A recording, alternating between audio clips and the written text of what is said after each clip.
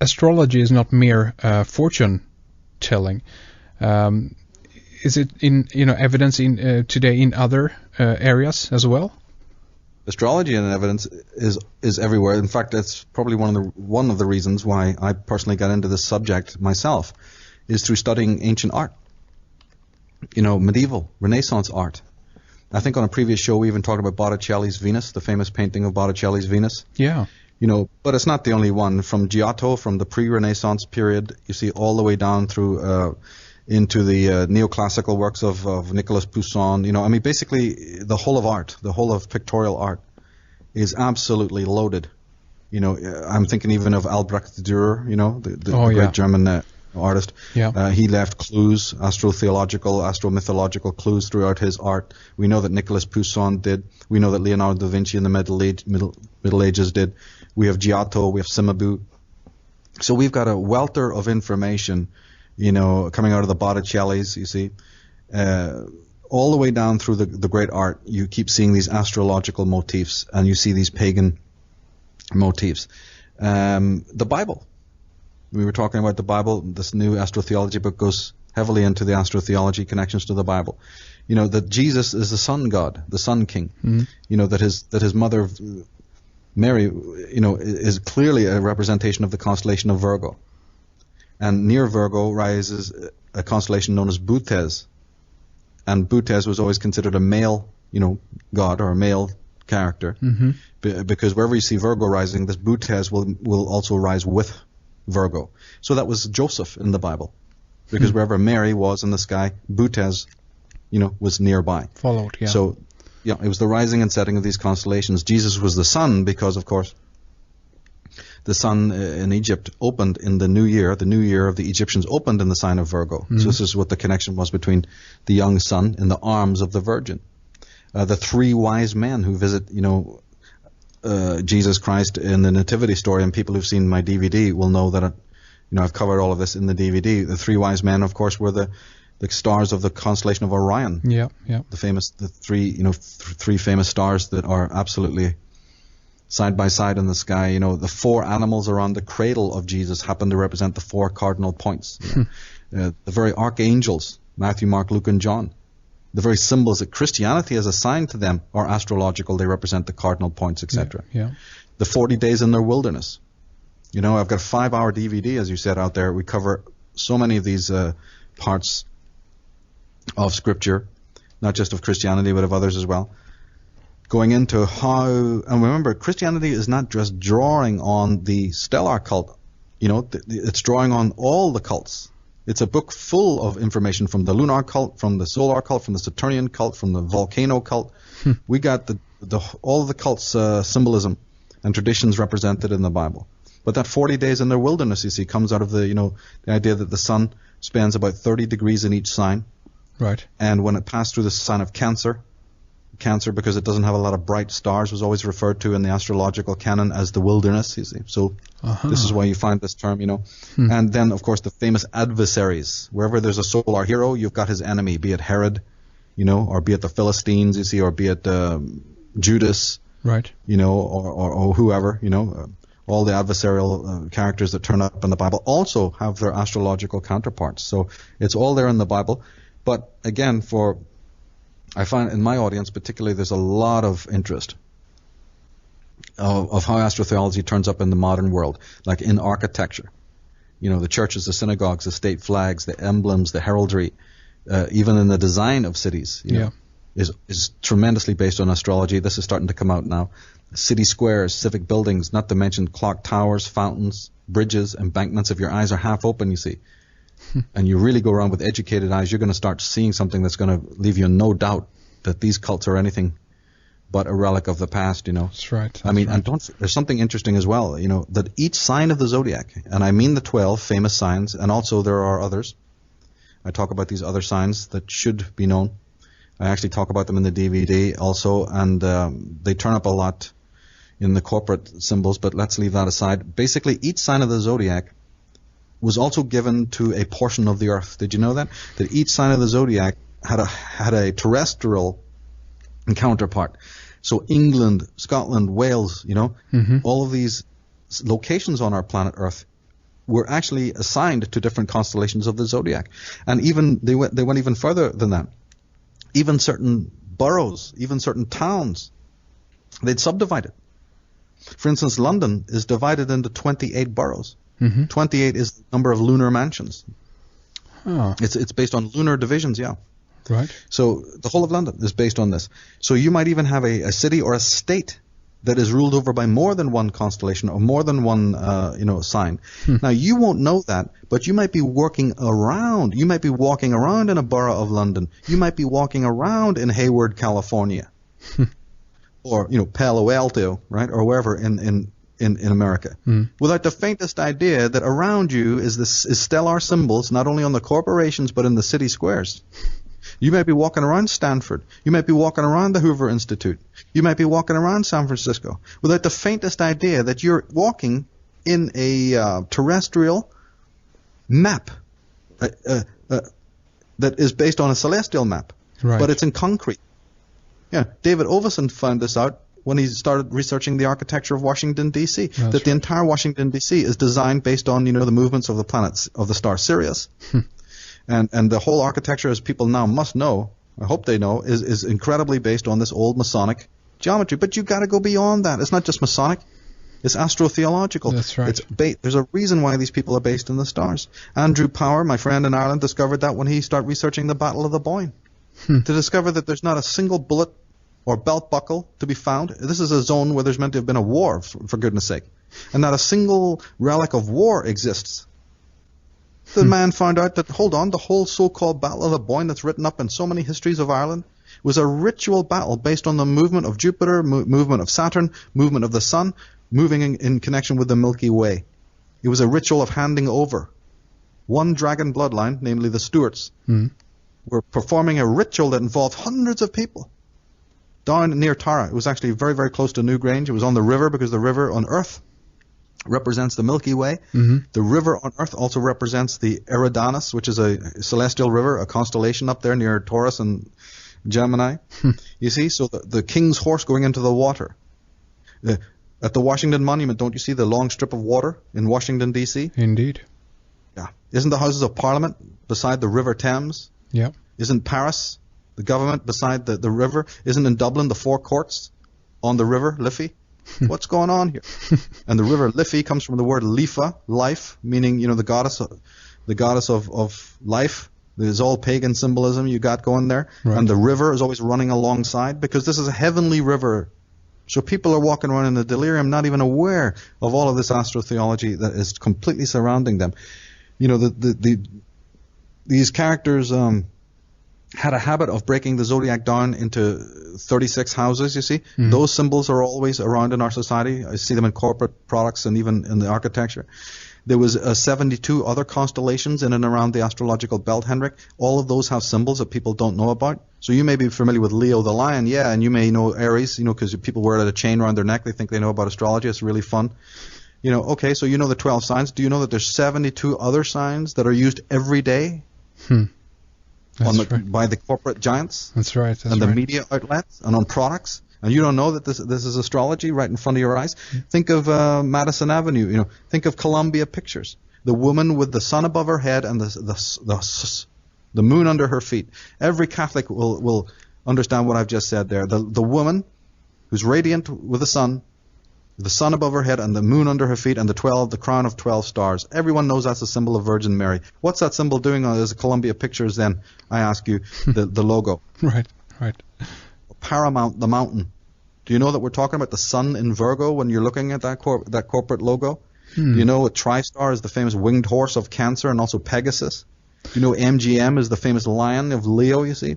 Or Orion, Disney, Touchstone. Let's go on. In the DVD I've gone into this. Yeah. Astrotheology. You're asking where it is, Henrik? Where isn't it?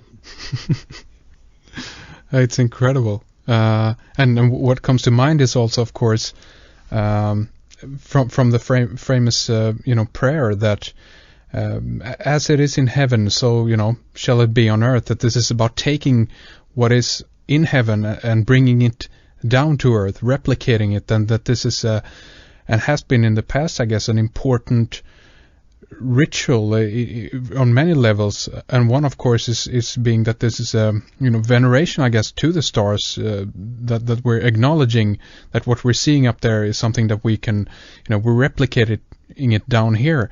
So I mean, in a sense, that this to me also doesn't mean that this doesn't mean that it's evil. It doesn't mean that that these people are they're doing it because they want to use black magic on you. This is it's connected with so much more. But we first of all have to become aware of it. That's the number one point here.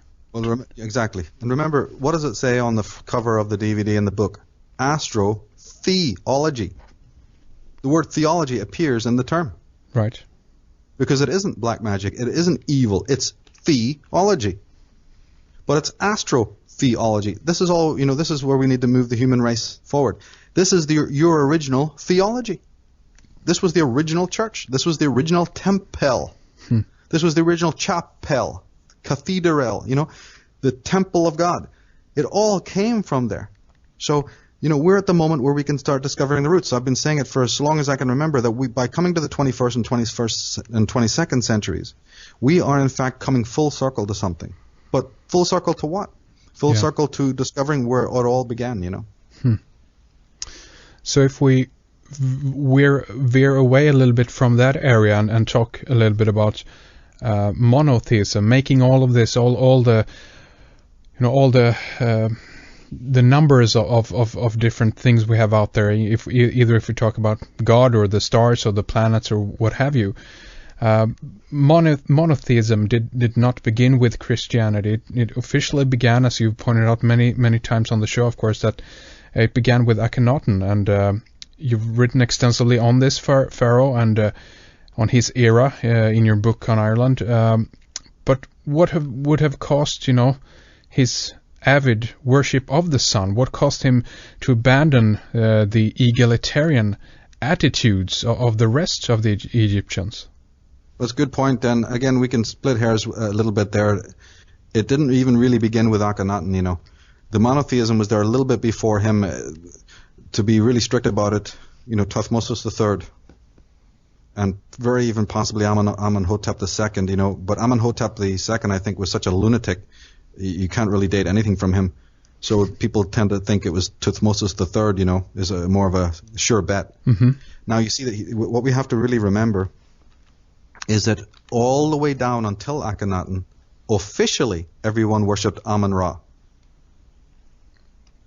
But that is like, saying to everybody in England, you officially accept that the Queen is, the Queen. Right. They're going to go, yes. But secretly they may think she's all right, whatever, right? Right. And they, think, well, hell yeah, but I don't believe in her or whatever, So this is what you have to understand. It was just politically correct because Amun was the god of Egypt. He was the, the tutelary god of Egypt. So everybody basically said, yes to Amun-Ra. Mm-hmm. Just like later on the Greeks, you couldn't say no to Jupiter, otherwise you'd find yourself in very hot water. But as long as you said yes to Jupiter, they basically didn't mind what else you did. Right. Jupiter's day, as long as you laid a few laurel leaves at Jupiter's thing, and by the way, this was the law, this was Roman law, that all the Roman states, you see, no matter where they were, even Cleopatra had to do it. Just go and lay a few bloody leaves at Jupiter's, statue there, and, the Romans couldn't care less what you do. It was somewhat the same way in Egypt. As long as you officially, and the Pharaoh, of course, had to. The Pharaoh was a representative of Amun. So on paper, absolutely on paper, Amun-Ra was the number one big cheese. But you see, personally speaking, in these families themselves, they had personal gods. And I would say that towards the Thutmoside dynasties leading up to Akhenaten, I believe that these Thutmoside 18th dynasty pharaohs, they personally couldn't care less about Amun-Ra or his priests. Mm-hmm. And this is what eventually led to the more worship of Aton. This is what it's all about. But to answer your question specifically, absolutely. Akhenaten was the man who basically turned Egypt upside down. He openly and drastically changed the worship. He forbade the worship of other religions. He totally forbade the worship of Amun-Ra and all the other gods. He stopped funding the priests. He came up with Aton as the number one god, you see. He moved the capital, all sorts of extremist things that he did. And he then began to exclude so much, because monotheism is nothing but exclusion. It's excluding other gods. It's not saying there is only one God. That's what Christians think, you're saying. But no, Christians have to understand that monotheism is merely the exclusion of all other gods. But you're still accepting that those other gods exist. Which is my point to Christians, is why don't you study it? Why don't you study these things? No, I'm not telling you to give up your Christianity or your monotheism, but why don't you just accept that there were other religions that are very interesting and that may have a tremendous meaning for your own beliefs and your religion. Stop thinking of it all as evil. Right. But to get back to your question, the reason why Akhenaten would have wanted to do this, what his real motive was, I believe, was insanity. Because the more that I've studied it, and of course, remember, I do have, the work of Sigmund Freud in front of me and stuff like that, so maybe I am partial or whatever. Right. But I am one of the few authors you see who doesn't lionize Akhenaten. Right. Maybe I'm one of only 2 or 3 in the world who's written on this subject that simply does not fall into lockstep with everyone else thinking that he was just the greatest Christ before the Christ, the greatest light the world has ever known before Christianity. All of this nonsense. The man was a psychopath. You only have to read it. And by the way, this is corroborated by modern day reports from psychologists of people who would act in that way. People who would only worship the light, who don't recognize the darkness, who recognize shadow.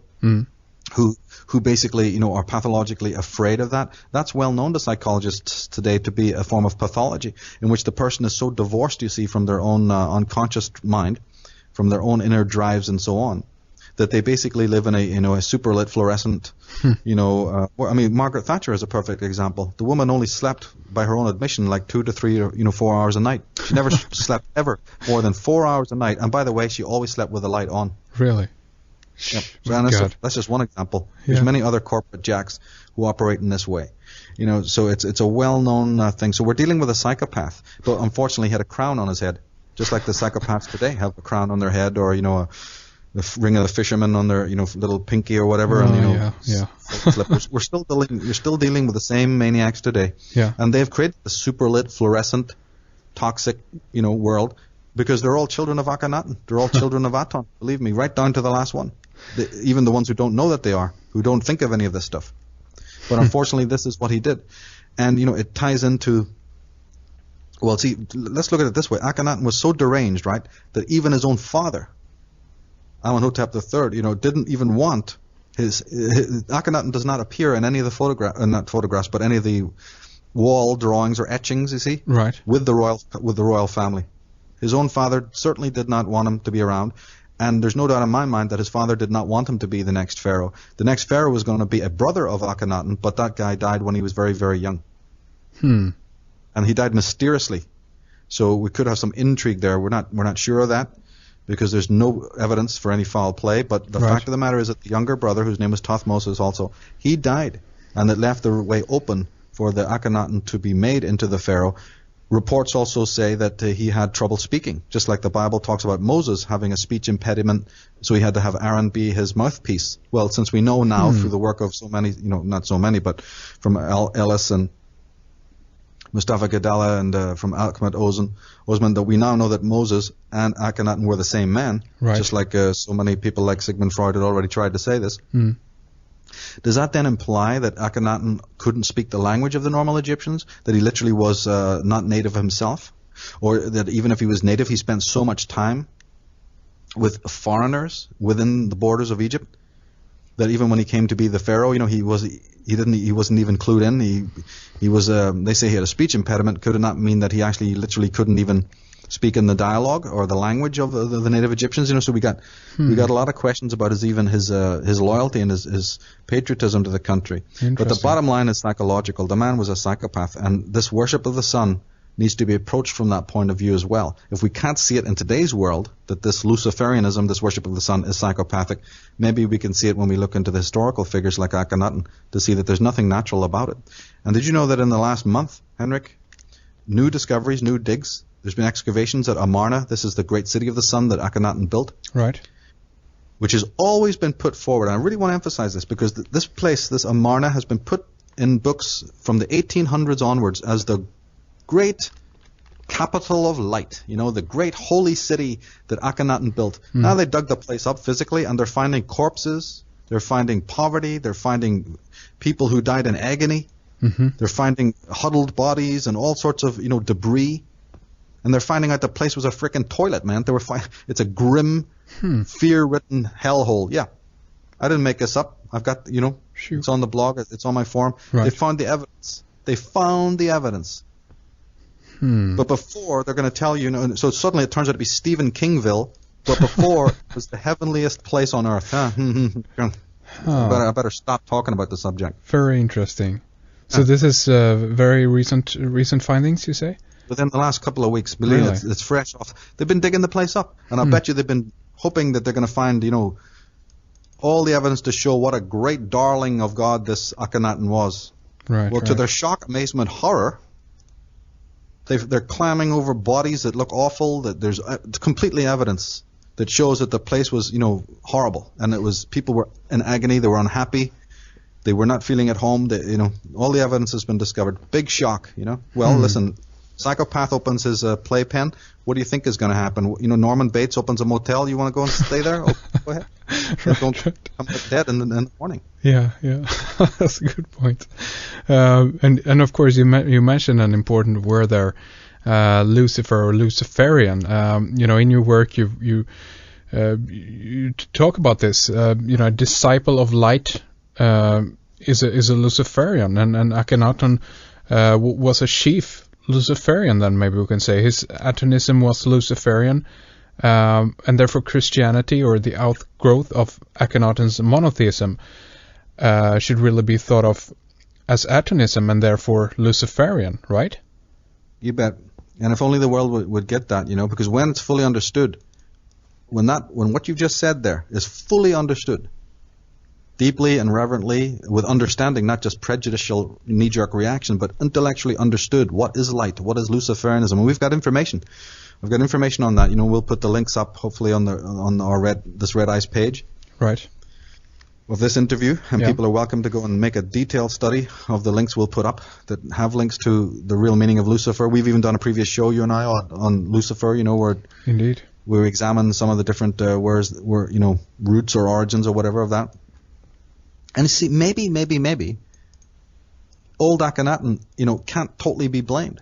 Maybe his clan of sun worshippers can't be blamed, because after all, what are we talking about? We're talking about 1400 years BC. Well, what was going on 10,000 years before that? Catastrophe. Worldwide global catastrophe. Right, yeah. Possibly even 50,000 years ago. But, we can't be sure when we look far back. But we know that sometime back in history, between 13,500 BC and about 50,000 years BC, there was catastrophes of such enormity, and one of those catastrophes was what? I've talked about it in my first book on Atlantis, the destruction of the second sun. Yeah. I must say that wasn't a sun; it was a large planet known as. And by the way, one of the names of it was Lucifer. Another name was Tiamat. Another name was Marduk. Yeah. Another name was Rahab. With this great 12th planet in our solar system was destroyed, people always thought it was a sun. When that sun, think of the psychology when you see the sun destroyed. Isn't the one sun that now is called Sol, because Sol means solitary, he's the alone one in the sky. Yeah. Aren't you going to be, if you think the sun is a god, you didn't think he was a god, you knew that he wasn't a god. They worshipped the deity through the sun. Nobody in the pagan times believed the stars were gods. That needs to be totally cleared up. But just for argument's sake here, obviously the sun is the bringer of life. One sun is already gone. What's to stop the other one from blowing up? And what happens when light does disappear? What do you have? Darkness. Right. So if a person then becomes pathologically, or if a people become pathologically afraid of darkness, it could be for a very physiological reason. If the physical sun has left you and been destroyed, and you are now surrounded by darkness, your psychology will in fact change. And your prayers to the one sun that's left, hey buddy, don't go out, please don't leave us, right, is going to literally become a religion, a theology, won't it? Because it's born out of trauma. Mm-hmm. I've basically said in my work that almost everything that man does is born out of trauma. Yeah. Well, here we are. Here we have now a perfect, focal. We focused in on one particular area. That maybe these religions and these potentates did have a bugbear about this, because they were so afraid of darkness. They literally were afraid that the light of the day, the light of the morning would go out. And so that every time it arose on the eastern horizon was a day for jumping out of bed and just going out there, and celebrating, and praying to the sun and bowing down and all the rest of it. Well, I mean, I just want to interject there. We can even, I guess, squeeze in here the if we look at some of the South American cultures like the Maya, Aztec, so forth. Again, possibly that might be a reason for some of the sacrifice that went on there, in veneration of the sun. This one shouldn't, die. The last one we have left, we need to sacrifice people, day after day, continuous the stream, who knows? Wouldn't people be already sacrificed if the sun didn't rise? Of course, they would die. Everything would die within a very short period of time, and these ancients knew that.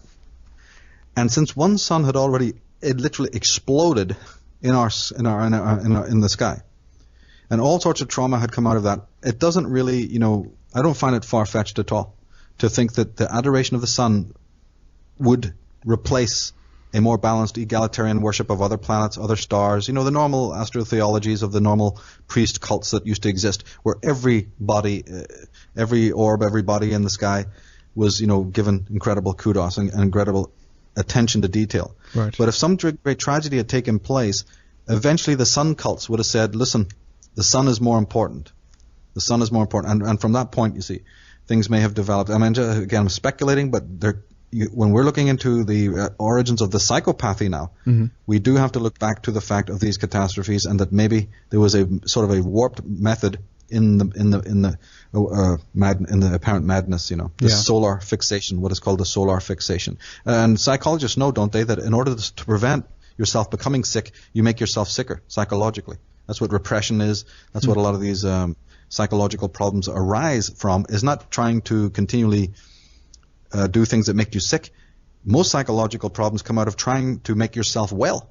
Right. But in a wrong way. Interesting. So again, Akhenaten may have thought he was onto something here. Yeah. And had no time for all this other malarkey, with Osiris and vegetable cults and underworld cults and stuff like that. He was thinking, the sun is what it's all about.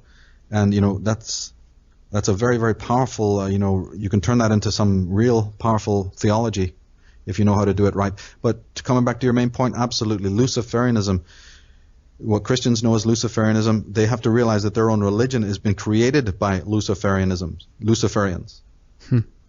Absolutely. Yeah, it's definitely worth thinking about that one, because again, I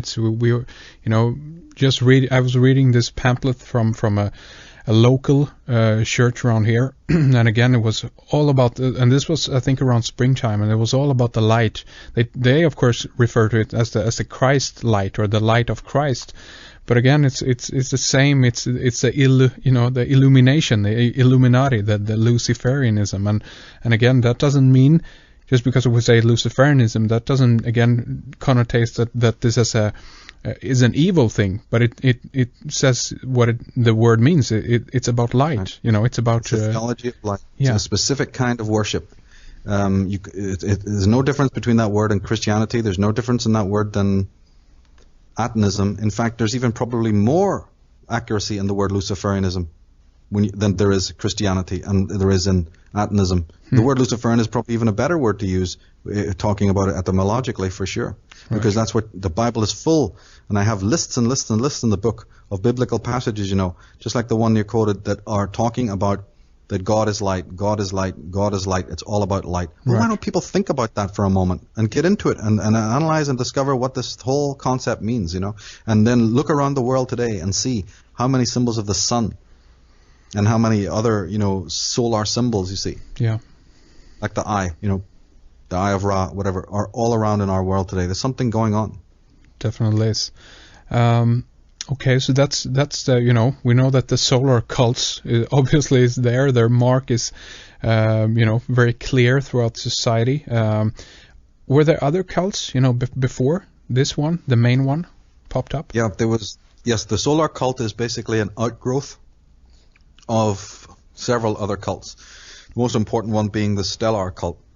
And the book I'm writing, the Astrotheology book, is chiefly about the stellar cult and what they believed, what they were into, and what they taught, both in Ireland and in Amanist Egypt. But there was also the lunar cult, This is a very, very, very important cult for one important reason, and that's the Old Testament. The Old Testament Jehovah can be traced back to the main god of the lunar cult. This can be done. You know, but the lunar cult, the letter of our alphabet, the letter C and the letter U, represent the moon. That's because they're shaped like the crescent moon, you see. Of course. Yeah. The number 14, the number 28, certain numbers that we saw. The number 7, for instance, the famous number 7 is partly a lunar number. We find lunar crescents on all the Islamic flags, don't we? Yeah. You know, what's that all about? They're meant to be a solar cult worshipping a solar god, but their old flags have crescent moons on them and stars on them. That's again the point, that these old cults predate the new cults, you see. Mm.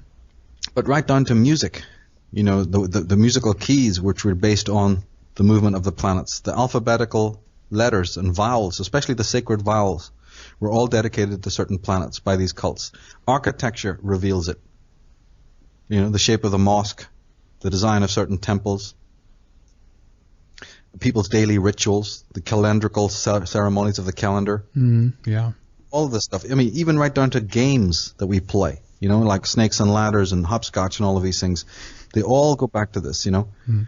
Like I said, the titles that the clergy use, you know, minister, monk, magistrate, all of these very famous, you know, deacon.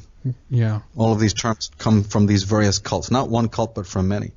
But the sad thing is, you see, that the stellar cult was the great cult that had lasted for thousands of years, and all these other cults are basically colleges within the larger college. Just like in a school, you can have fraternities. Right. Or in schools in England, you have what's called houses in a school. Mm-hmm. Well, that's exactly what this was. All the other cults were subdivided cults of the greater stellar cult. They all answerable. They all borrowed and cannibalized the symbols of the stellar cult. And it's the stellar cult that really interests me more than anything else, because that's where so many of our traditions come from. But the sad thing is that the true teachings of the stellar cult were already lost long before even the time of Plato. Can you imagine? So when we're looking to Plato's time and even Pythagoras' time, you know, people look to these guys as if there's something so special, so holy. It's like, hang on, you know, some of the bunk that these people believed. I mean, isn't it Plato? No, I'm serious. Plato and Pythagoras fall into the old stellar cult, fall into the old solar cult concept that the earth and matter is negative and spirit is up there somewhere and it's positive. They're already dealing with a dualism in their philosophy, which already shows you they're miles away from understanding, you see, the true tenets of theology. During the time of Plato, they already believed that, you know, my God, that the earth was what? A cylinder. Yeah, did you know that? They actually believed that the earth was cylindrical shaped, or maybe, you know, a flat. Really? Yeah. They thought echo was a devil shouting back at you. Come on, Henry. That's interesting. They believed that headless men in Africa were walking around with an eye in their chest. Okay. At the time of Herodotus. The great historian Herodotus, the great Greeks, the fantastic, the Romans, yeah. These are the guys who are telling you that there's headless men in Africa. All men in Africa are headless with an eye in the middle of their chest, for goodness sake. That echoes, yeah, and that demons can cause, you know, pregnancy to a woman. Watch out. Oh, well, okay, yeah. We're already, you know, it's not that, oh my goodness, you know, the stellar cult. Their teachings were already contaminated and perverted and defaced by the time we've even got to the Greeks. And it's from the Greek time that we're looking back where we have this imaginary, fallacious, erroneous idea that, oh, those silly pagans believed that the sun and the stars were gods. They knew they were not. They knew that God is something else. And in fact, this is what I talk about heavily in the new book, is also about the true theology. What was the teachings of the Arya, the teachings of the Magi? What were they? What was all this about? What was it all about? What was all of the looking at the stars and all the mathematical computations, you know? What was it all about?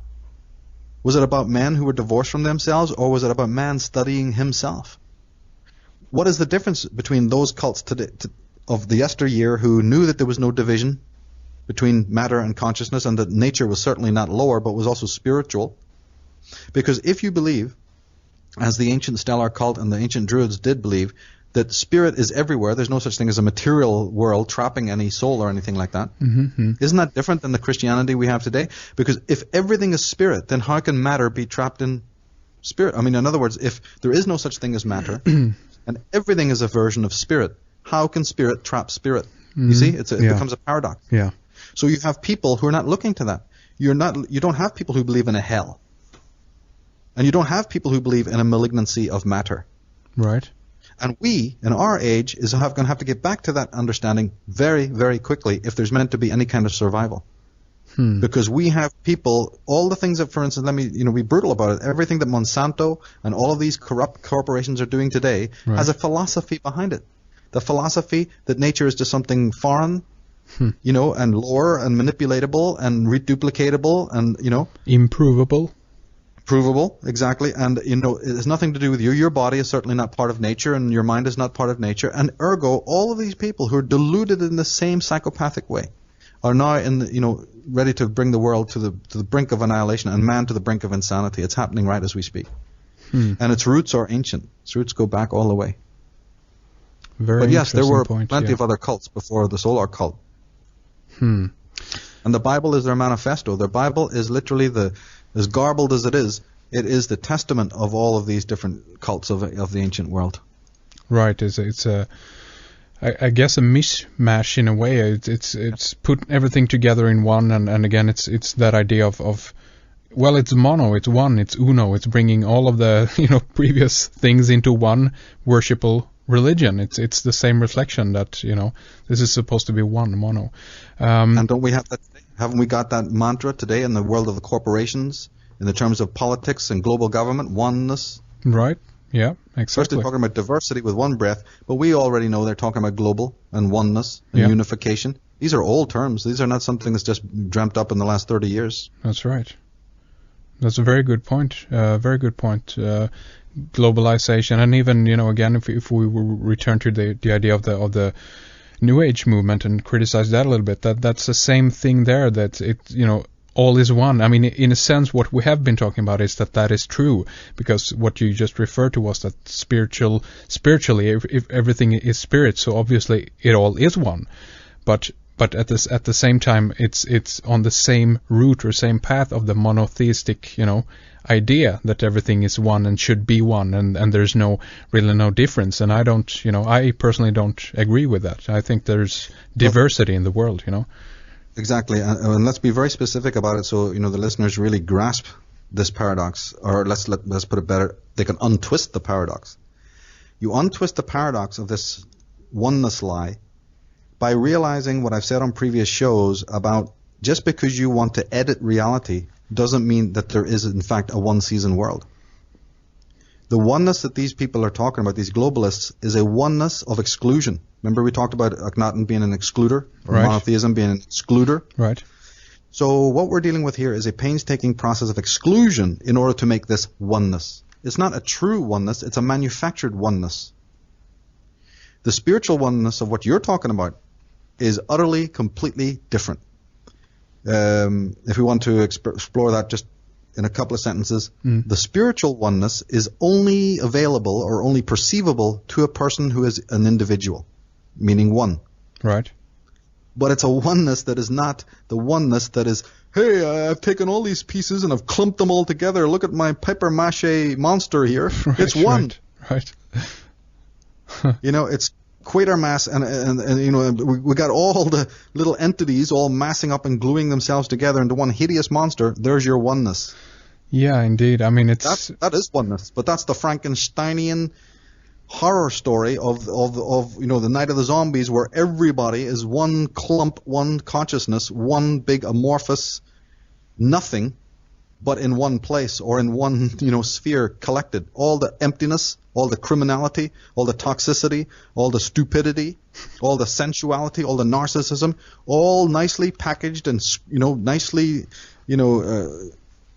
delivered on a plate to you, by the world system and presented with a nice big package of oneness that is anything but the oneness of the other spiritual kind. So we're in a one-season world of edited reality. And because, as Sigmund Freud and everybody pointed out, reality itself is one of the most painful things for this human mind you see as a child. Remember we talked about how infantile people are emotionally and psychologically? I said they may be developed technologically and intellectually, but they're arrested emotionally. Well, now we can add to that more sense. We can clarify what I meant by that. Is that, you see, the infantile person can't be an individual. He can't perceive reality directly. Reality is incredibly frightening to that fragile, mind, type of mind. So you have to manufacture a kind of reality. You literally create what's called a simulacra. Right. And you create a sampled, just like a machine can sample music. Right. So that you can't even tell the difference if it's a real violin or a real harp or a real oboe. People in musicals who do musical sampling know this. Right. And the idea is to get it as perfect as possible. And you can now get the sample so perfect that a whole orchestra could be playing and you wouldn't even know it's some guy on a keyboard doing it. Indeed. So this is exactly what the mind, the ego, is all about. The ego, the impresario, and the people we have in power are sampling reality. And within that sampled, wholly artificial reality, they start clipping, because in order to create that sample, you still need some sort of channel or pipeline to the real. Right. You don't want to, but you have to because you're sampling. You have to have your little MIDI digital connector. As the little tabernacle, your little idea of reality, the little sphere of the simulacra becomes absolutely wall-to-wall perfect. I mean, you've got all the furniture in there. It's all, you've read all the Japanese manuals and everything is in perfect position. Everything's working. And all the remote controls, all 30 of them are lying on the table. Everything's under control. You can turn the lights on. You can dim them. You can open the fridge door. You can say lights go on and they go on. Once you have that entire solient green world working for you there, you don't need those ties to the real world. Right. And Henrik, we're living in the 21st century, and the countdown to 2012, where the snippers are out. The actual cable cutters are now clipping one by one all the connectors to the real world. Yeah. And you're going to live in the sanitized, completely anesthetized, artificial little solient green reality. But it's got a big, big sign over the door to make you happy. Oneness. Smile, obey. Right. You're under control. Be okay, So this is the thing that I'm talking about. Now, in that realm, you have the oneness. But the real oneness is a totally remote, different thing. That first you have to be an individual to be able to understand. The oneness that I feel is what we are a part of every day. The universe in itself, it's a oneness. What we are being part of on this planet, all the thing that's happening. We are already one. We don't need to go into a fake oneness or a simulation of that oneness. But that is what is happening right now. And again, it's if we follow the trend and look at some of the technological advancements to connect this idea again here. Just the other day, Matrix-style worlds are just, a few years away. They're getting there. They're so close now, See, like I said, it comes back to exclusion. To live in the real world, exclusion doesn't work. You have to be holistic. You have to understand the hierarchy. You have to see the ugliness in the beauty and the beauty in the ugliness. You see, it's a different kind of thinking. It's a different kind of organic process that relates to the real world. Right. The mind can choose not to be real. It can choose to get into all sorts of analog states. And therefore, you don't need that in the analog world. You see, in this simulacra, you don't require all of this real interaction with reality because reality has basically traumatized you. So in the real world, there's less chance for exclusion. There's more likelihood. The reality pulls you to be, more understanding in a true and organic way. Whereas the other world doesn't ask you to do anything like that. It asks you to conform and to routine and to have rhythms and to have reduplicatable realities. This is the difference. Right. Michael. So let's backtrack a little bit again and go over a few more points that we want to bring up here. Most of the major solar cults gods were transplanted from the West, from Ireland, as you've been writing about. Is this what you believe, Michael? Yeah, this is, I think the theme of a lot of my work in the Irish origins concept is that even the gods, the pantheons themselves, not just the astrology, and again I emphasize, you see, that it's much easier to see the stars of the northern hemisphere from northern climes, after all. And many of even the etymological terms for the star signs, particularly the word Arcadia, you see, the Arcadians actually refer to the Phoenicians. And the Phoenicians can be tracked to Scotland and to Ireland. And they were the great navigators, the great astronomers. So I actually believe that astrology as a science / navigation is a Northwestern invention. Right. And I believe that time will hold me out. And then, of course, when you start to want to tell the story of the zodiac, it becomes difficult to people who are not familiar. So you create what's called astromythology. You create the characters of the gods, that later become the gods and the heroes. But that's a story, and the ancient people always knew it was a story. They didn't believe that, the constellation of Orion was really a god, called Osiris. Mm-hmm, mm-hmm. It wasn't like that at all. But yeah, the movement was from the west to the east. There's many indications of this being the case, For instance, I'll give you another example, the word church. Christians go to church. Where does that word come from? The word church actually comes from the word meaning circle. The Greek circe and the Scottish Gaelic kirk meant a circle, a circle. But the circle, just like we said, it's not just about a crocodile in the Nile. Well, in this analogy, it's not just about a circle, any circle, all circles. It's a specific kind of circle that was the church. The circle of the circumpolar region of the sky. Up there in the northern part of the sky where the pole is, where the pole basically faces. Of course, the pole is leaning, isn't it? 23 degrees, but it still points up to the sky nevertheless. Right. So that part that the pole points to was always considered the heaven of heavens, the holy of holies. And that circle, it's not very big, but it contains some very important stars like Ursa Minor and the famous pole stars, of course. That was, believe me, that was the original church. That's where the word comes from. The word church is a corruption of the goddess who ruled that celestial garden of the north. That little circle was always considered a celestial garden, a celestial enclosure. It was known as the Garden of Aru.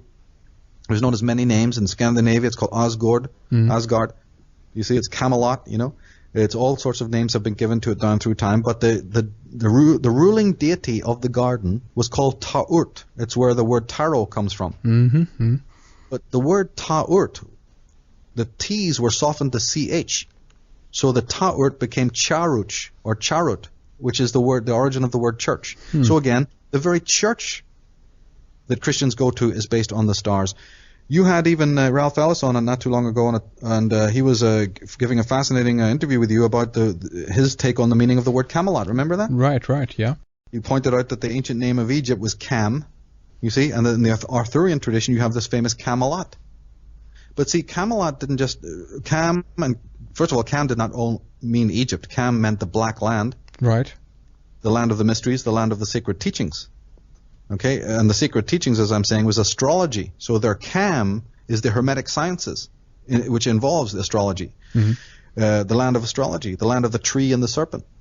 Now, when we find it in the Arthurian tradition, Camelot, it referred to the cam up there. Cam is a word that means to revolve, like camshaft in a car. Right. So yeah, the word Camelot represented the round table up there in the sky. Caer Sidhi was what the ancient Gaelic used to call it, the revolving castle. The round table, the zodiac. So all of this, without the astrotheology, you see, you're bound to think of it in terms of physical realities, physical people, physical events, and it's fine to study that and all the rest of it, but too many scholars are constantly leaving out the astrotheological aspect, and they're heading for trouble when they do that. All of the Arthurian pantheon, just like the dramatis personae of the Bible, just like the famous 12 tribes of Israel, all of it can be related to the heavens. All of it took their names from constellational phenomena, from data from the heavens, you see. For instance, the Morgan Le Fay. Well, Morgan Le Fay is borrowed from the old... in fact, all the pantheon of... the whole pantheon of the Arthurian legend is basically a rescripting of the older Gaelic pantheon from Ireland. Really? Oh, yeah. Excalibur, for instance, the sword Excalibur that King Arthur wields is nothing more than a total rescripting of the sword of the great High King Nada, and that sword was called Retaliator. It's a prototype of Excalibur. Excalibur is not original. It comes from Irish mythology, the great sword of power that will vibrate when evil comes near it, you see, and is a sign of great royalty, and if the king doesn't have his sword, he's in trouble and all that. Right. So we have like Morgan Le Fay. This is the sister of King Arthur in the Arthurian legend. She is based on a goddess of the Irish tradition. This is thousands of years before Arthurian legend was scripted.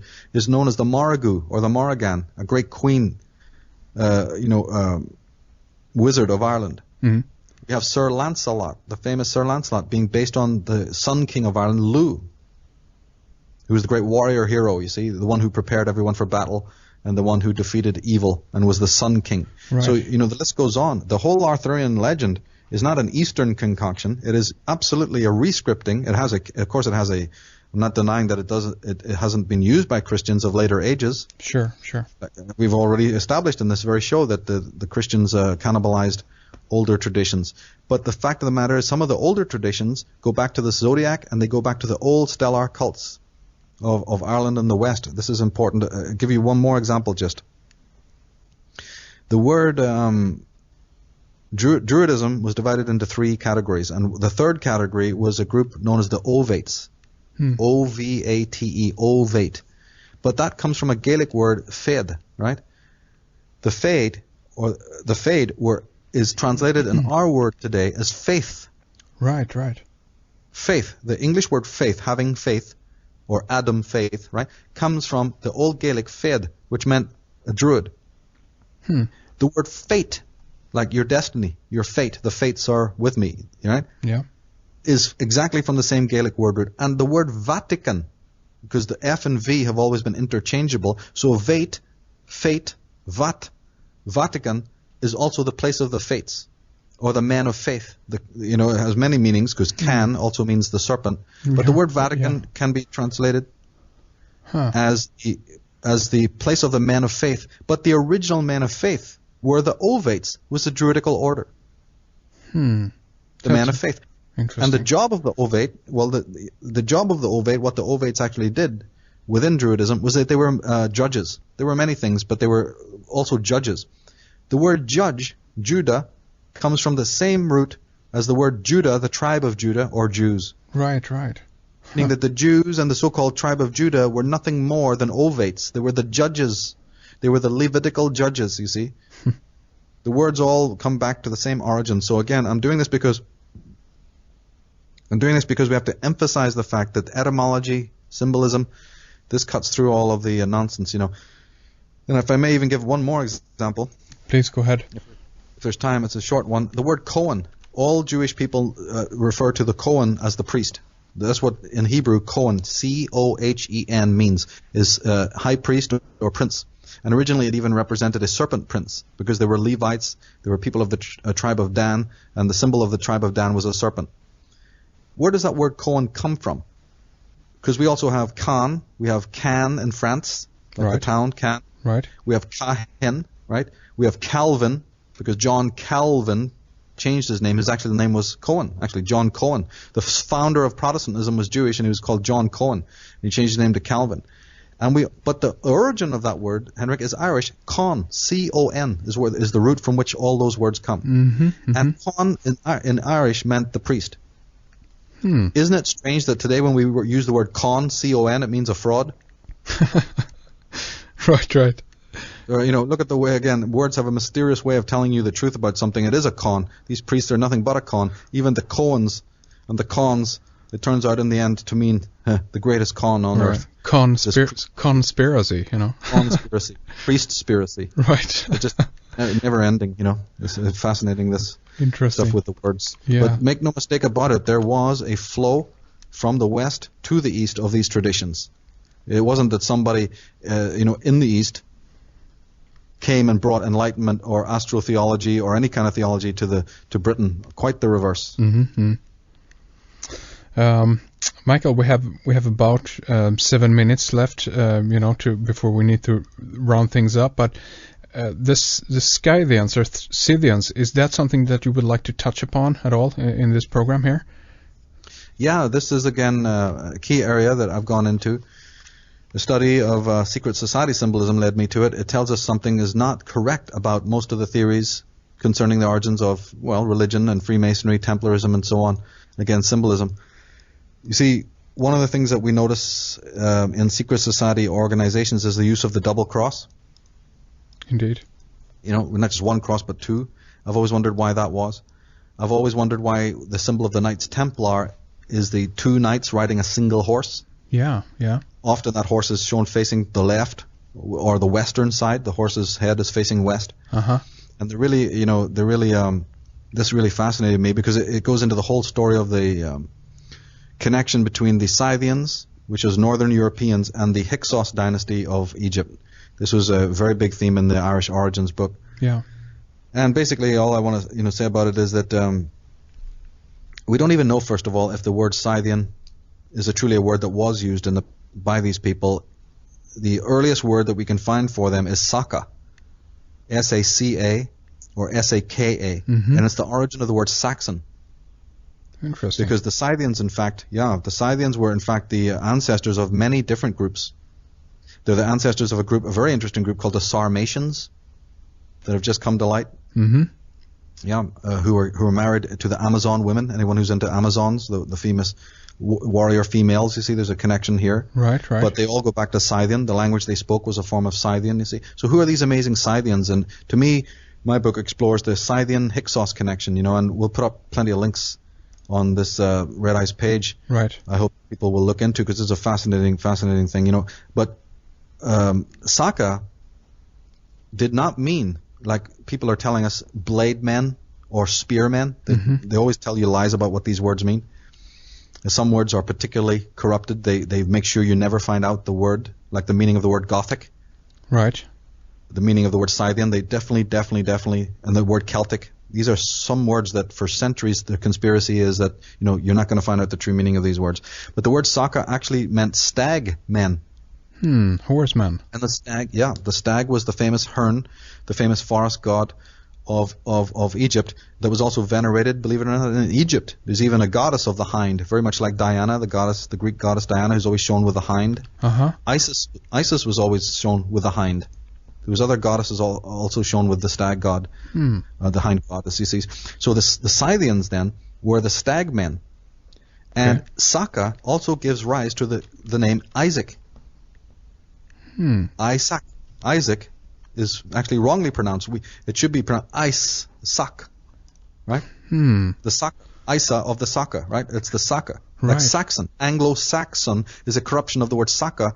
The Scythians, the people of the great knowledge, the people of the, in fact, talk about one word earlier when we were talking, the whole idea of one language, one Tower of Babel, one universal language.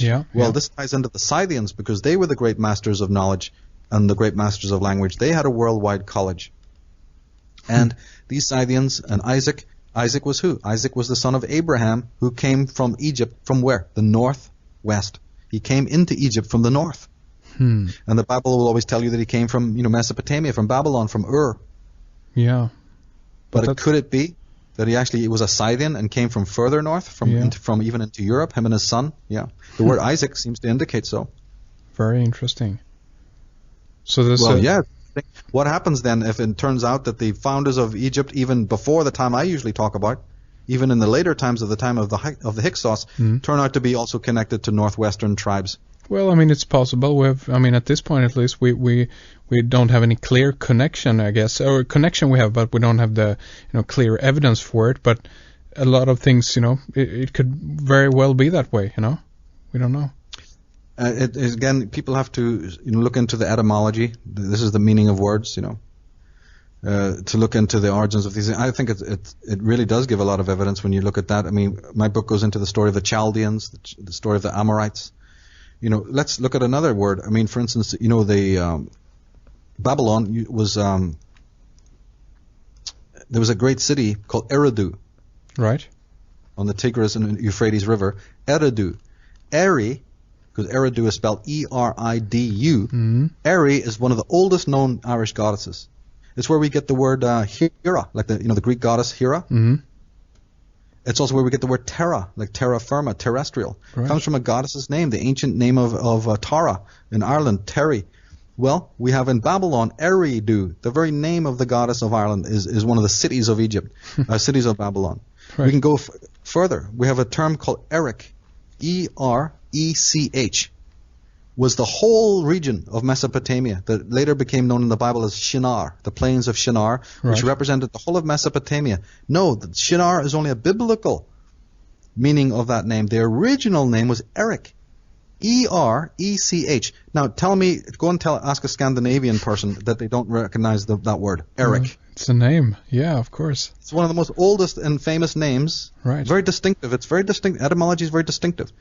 You find this, and then you go to the Babylonians, and they're telling you that Marduk, the worship of the god Marduk, who is more best known as Merodach, that's nothing but the Irish Murdoch, is coming from the northwest. Yeah. The Babylonians in their own writings tell you that their civilization was started by Northwesterners, you see. We get the word erected, like when you erect a monument, Eric. Right, of course. Ur. Abraham's home city, Ur. Isaac's home city, Ur. No, it's not Ur, it's Ar. Aria, from the R. A-R. See, words, vowels have been twisted so that we don't see this. There's so many words. Did you know Sumeria is Sum-Aria? Sum-Aria. The land of the Aria. And that the word in Gaelic, Scots Gaelic, Sumer, means serpent. Really? Like I said, yeah. And Murdoch, I just said Marduk is a very poor translation of Merodach. Yeah. Merodach. Where have we heard the mer, M-E-R, is the biggest giveaway.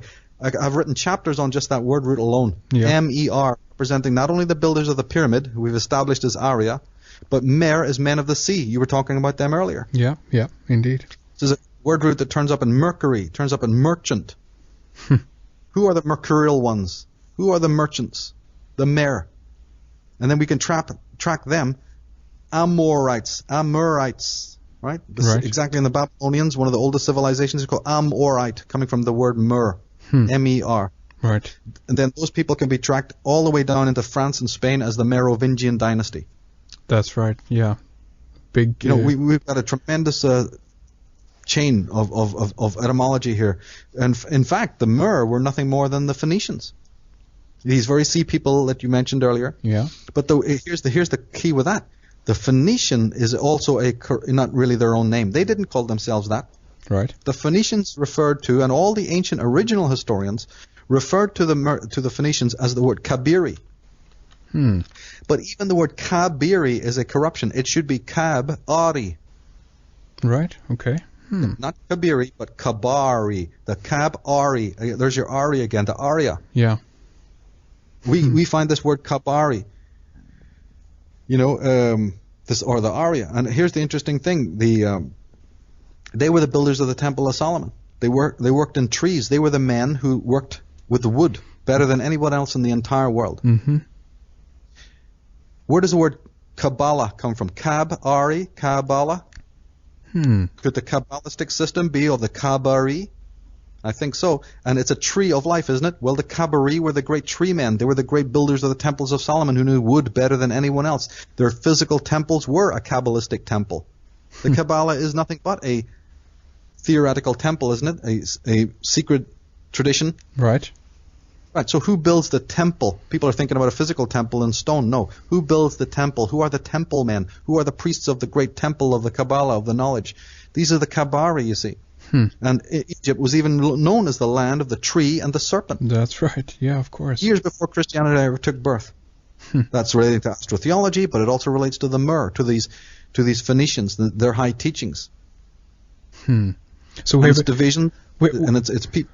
Go ahead. Oh no, I just want to say again we have all of these different names and that has been put upon potentially the same people. We have, you know, over here we have the Phoenicians, over there we have the Scythians, over here, you know, as you say, we have the Kabari, whatever it is.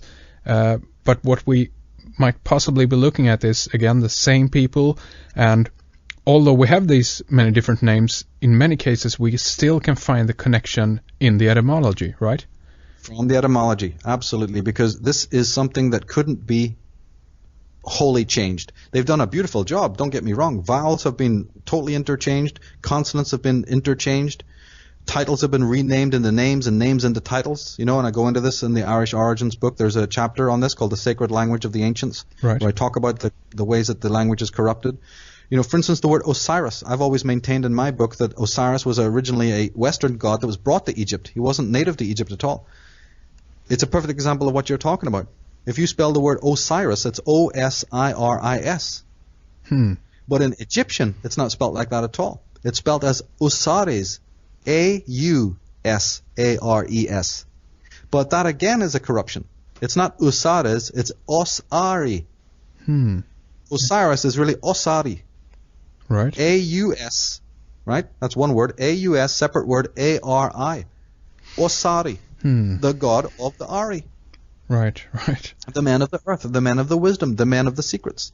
You see, so, my God, man, we've got Bulgaria. Bull, Bel, like Baltic and Baldur. Bulgaria is nothing more than Belgaria, Aria. Right.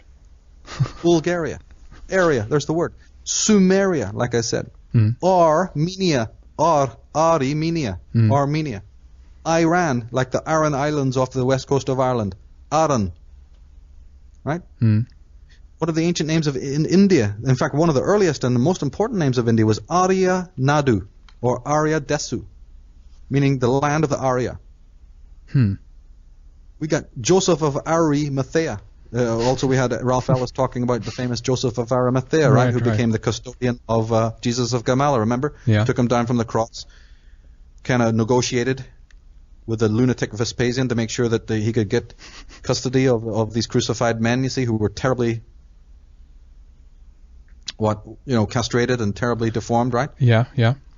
The famous Joseph of Arimathea that all the British Israelites do somersaults over, saying he brought Jesus to, Britain. So there we have it. Yeah.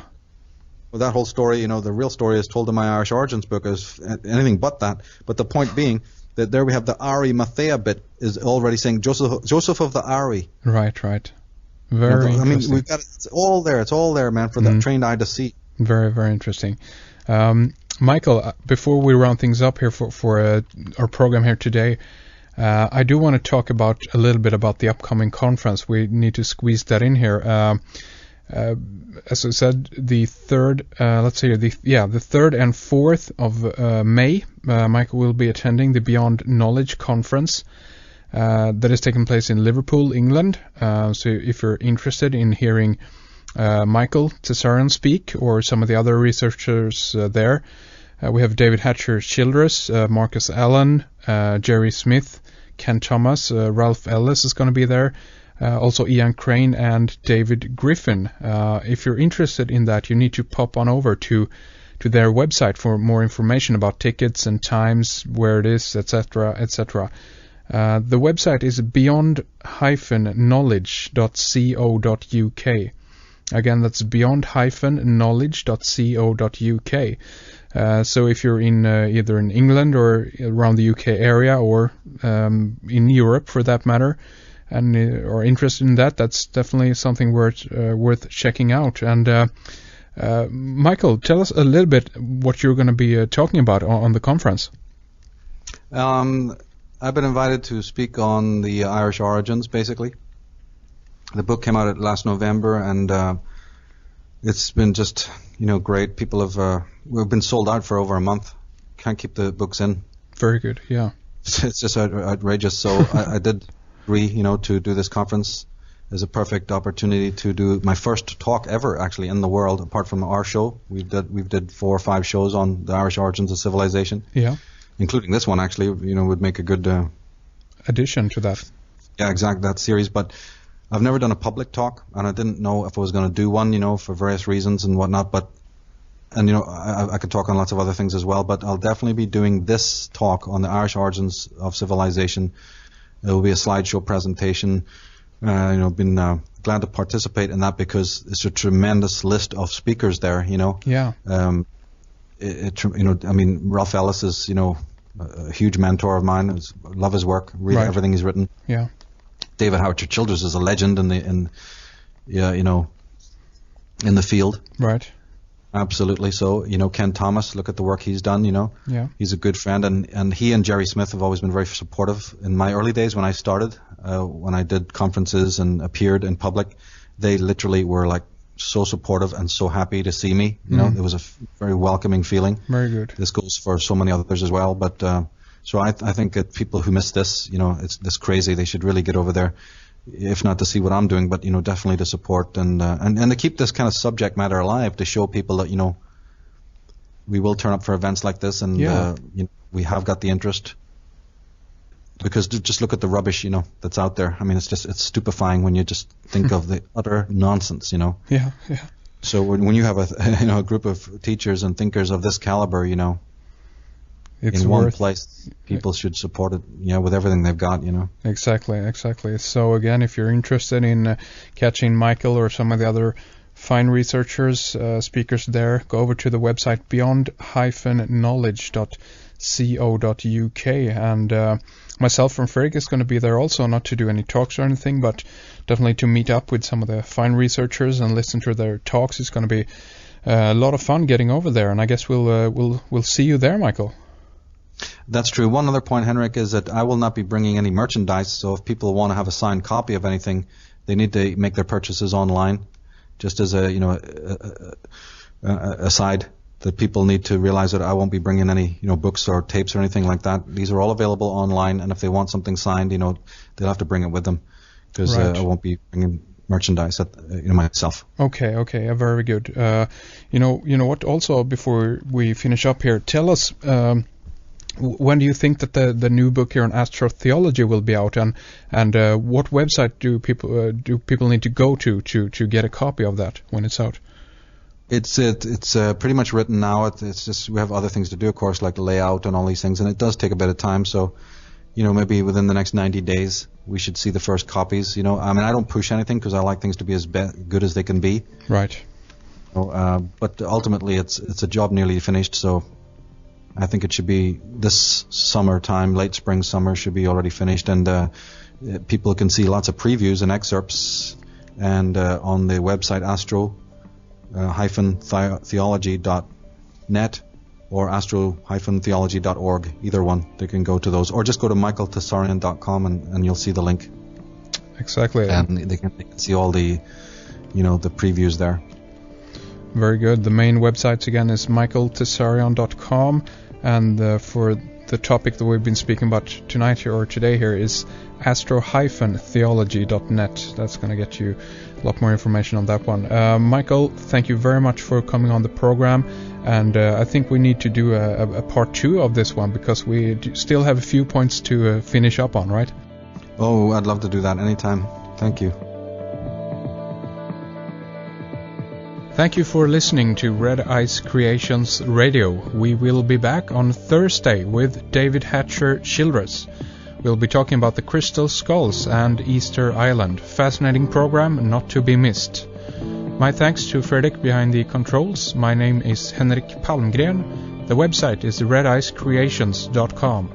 REDICE creations.com. See you online, and we'll talk more soon. As I roved out one fine summer's morn, among lofty hills, moorlands and mountains, it was there I spied a Wilford maid, as I wi' others was out a hunting. No shoes nor stockings did she wear, and neither had she cap nor feather, but her golden hair hung ringlets fair, and the gentle breeze blew round her shoulders. I said, "Bra lassie, why roam your lane? Why roam your lane among the heather?" Said, "My father's a waffering, and I'm herding all his yows together." I said, "Bra lassie, if you'll be mine, and care to lie on a bed of feather, in silks and satins you will shine, and you'll be my queen among the heather." She said, "Kind sir, your offer's good, but I'm afraid 'twas meant for laughter, for I see you are some rich squire's son, and I am but a poor shepherd's doctor. Had you been a shepherd, a herding yows in yonder valley, or had you been some ploughman's son, wi' all my cootie. Now I've been to halls and I've been to balls. I have been to London and Belvedere, but the bonniest lass that e'er I saw, she was heard in yows among the heather. So we both sat down upon the plain. We sat a while and we talked together, and we left the yows to stray their lane, till I load my queen